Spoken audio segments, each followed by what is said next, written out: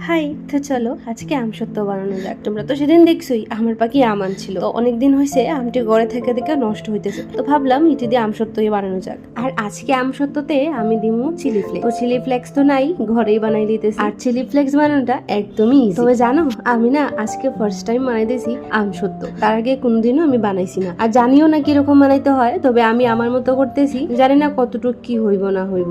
তো এদিকে তো দেখতেই পারতেছো আমটাম কাটা শেষ, আমার সিদ্ধ বয়ে দিতেছি। যদিও আম সত্য কোনোদিন বানাইছি না, তবে খাইছি কিন্তু অনেকবারই। যদিও সবাই পাকা আমের আম সত্যটা একটু বেশি বানায়, তবে আমার ঘরে তো পাকা আম আসলো না, কাঁচা আম আসলো। তো নষ্ট করার থেকে ভাবলাম আম সত্যই বানাই, জানি না হওয়ার পরে কতটুকু মুখে দেওয়া যায়।